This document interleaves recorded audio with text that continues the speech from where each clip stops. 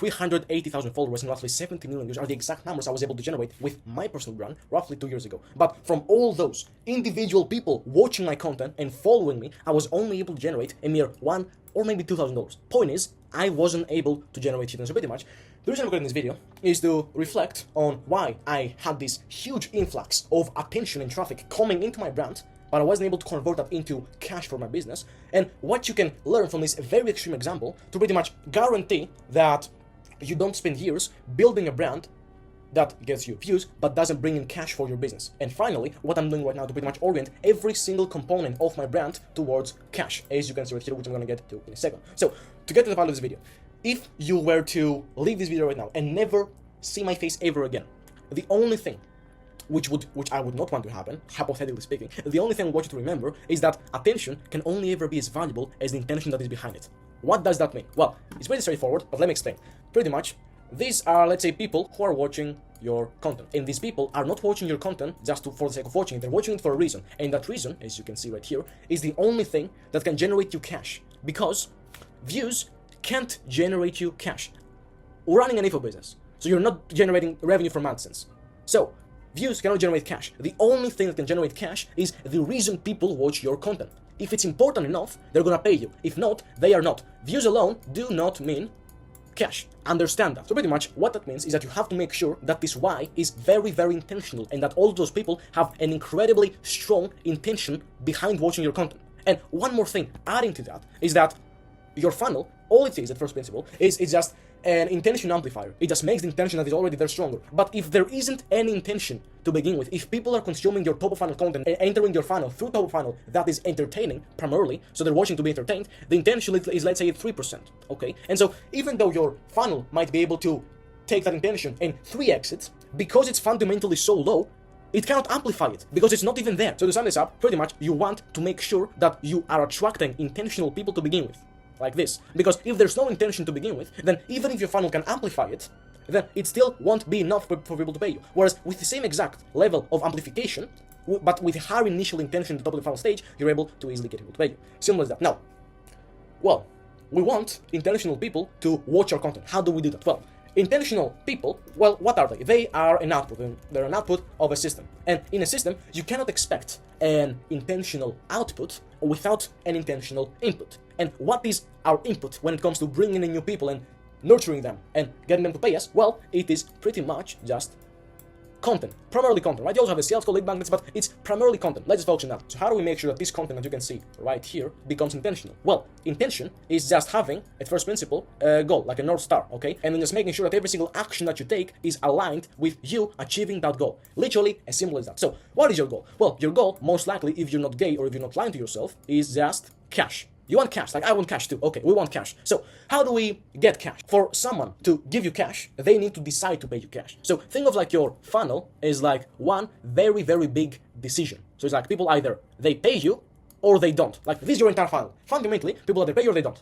Like that's what we care about because our goal is cash. So within that, this is like, let's say, a macro decision. Within that, there are more micro decisions. So let's say that there is also like top of funnel, middle of funnel, bottom of funnel, and there's also like a sales goal. Now, within top funnel, for example, there's like more decisions. So like, do I click on this video? Do I stop scrolling? Or do I actually sit on the video? Or do I go on to watch the middle of funnel? There's all of these macro and micro decisions within your funnel and your brand. So you've got your entire funnel where the question is just, okay, do I buy? And then within there's like more micro and even more micro decisions. And for every single decision, your goal is to pretty much get the person to take the action of continuing down the pipeline. For top of funnel, that could be stopping the scroll and just clicking the title. For, let's say, bottom of funnel, it could be, do I show up on the call or do I even book in a call? There's all these decisions, there's all these actions that people need to take to pretty much continue down the pipeline. For the sales call, let me make this slide again, it could be just like pay, okay? There's all these actions. And so pretty much we want people to decide to take the action. Action for the rest of this video is gonna mean making a decision that makes us money. Pretty simple. So for us to be able to get people to make the correct decisions,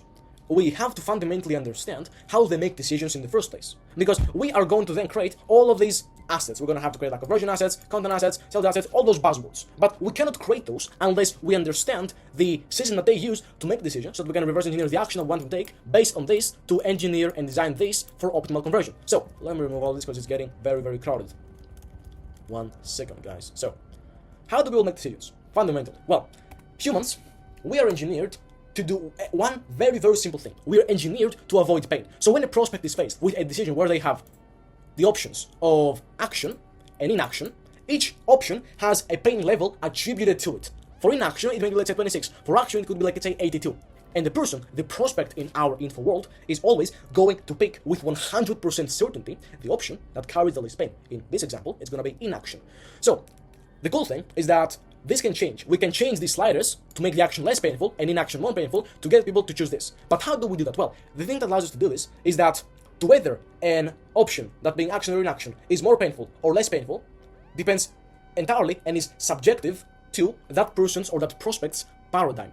Paradigm pretty much means what do they believe, what are their beliefs, okay? And so pretty much our entire goal with our funnel and with every single experience and stimulus we put in front of the ICP is to change this paradigm so that action becomes less painful and inaction more painful. As you can see right here, aligned paradigm, current paradigm, aligned paradigm, current paradigm. We want to be here, we want to have the aligned paradigm. So the paradigm is made of beliefs.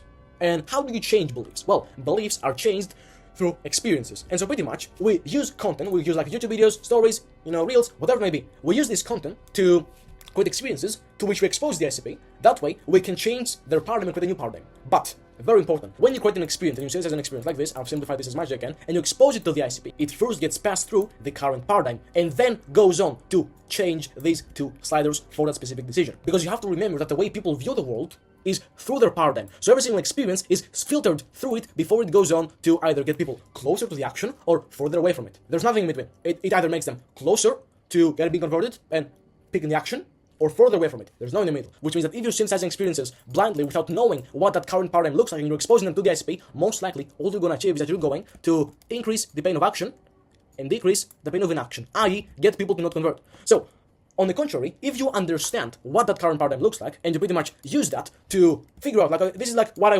want this to be lower and I want this to be higher, okay? You reverse engineer that using this to figure out that you should do this thing right here. I've simplified this as much as I can. So you expose that to the ICP and then you get what you want. You lower this and you increase this. So the final thing we need to pretty much complete this puzzle of intention that comes together so beautifully is going to be understanding this paradigm. Because if we can understand it, then we can pretty much shape every experience so that when it gets passed through it, it always gets people closer to the action. Whatever decision they're on, doesn't matter. Pretty much you have to understand your ICP at a very deep and at a very thorough level. But pretty much creating intentional content is just the whole process, but in reverse. So intentional content is just speaking to a specific ICP to change specific beliefs in the way that they view the world for them to then finally take a specific action. Specific action. That is all there is to it. So pretty much the way you create intentional content is just having this clear, and using those two to figure out what beliefs you should change for this to happen. So pretty much what beliefs position action as less painful and inaction is more painful. So the way I did this is I pretty much went over to Claude and I pasted in this huge prompt that you can see right here into it. Very, very, very big prompt.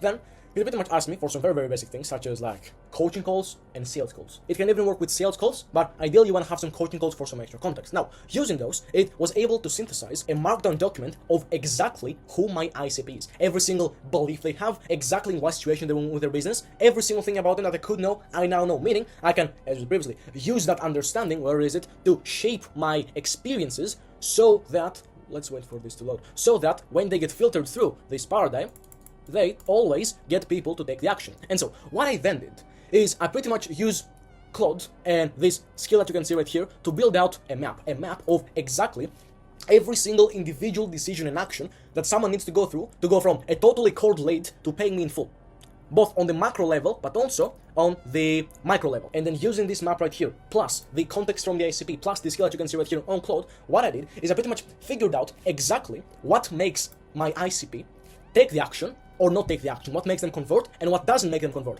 for each one of those macro and micro decisions, both for the belief layer but also the experience layer. So pretty much I figured out, okay, what increases the pain of action, what decreases the pain of inaction, what increases the pain of action, and what increases the pain of inaction. So now all I have to do is I have to look at this, look at the experience that pretty much gets them to not convert, both here, and I can just invert that, do the opposite, to come up with this, and just create these experiences and this for that specific decision, to pretty much deny all of these beliefs, and this, and confirm this, and this, which means that I can now optimize every single component of my ecosystem, both at the macro level, but also at the micro level, to be as intentional as possible, with by just looking at this map right here, which means that I can focus on the parts of my content that actually position me as someone unique in the market. That being the value, that being these things right here that are actually helping you solve a problem, which means that I can produce content extremely quickly while still maintaining the correct intention level. Okay, so the action that I want you to take after watching this video, which I hope was good, you judge that, is to click the first link in the description and book in a call with me. In that call, all we're gonna do, I'm gonna be totally transparent here, is we are going to build out this entire thing for you. So that when you leave the call, or no matter whether you decide to pay me, so that we help you implement this entire thing, or not, doesn't matter, I genuinely don't care, you end up in a better position than the one I find you in. And I know it sounds cringy, everybody says this, but I genuinely mean this. I love this shit and I love helping people. So, pretty much, either way, you end up with a tool and a system for making and positioning every single individual component and decision within your pipeline as intentional as possible, meaning that you literally cannot fail. And building something like this is going to be the highest leverage activity you're ever going to do in your business. Simply because this is something that you built once, and you maybe update every like couple of weeks if you have like new insights, but you build this and it affects every single piece of content. You only have to build this thing once if you want. You can just upgrade it, but you can build it once, and it just impacts every single component of your pipeline and generates unlimited leverage. So, I hope my pitch was kind of good. I don't know, here to judge once again. But if you want us to build out this thing for you and then potentially like pitch you what we do, if you like it, of course, then you can just book in a call. Or else you can just like ask me to give you like some prompts, which are kind of gonna help you, but not too much. So, let me know. Terrible pitch, but I don't really care to be honest. I'm just like creating content for the love of the game. So, you're welcome. Take it. Bye.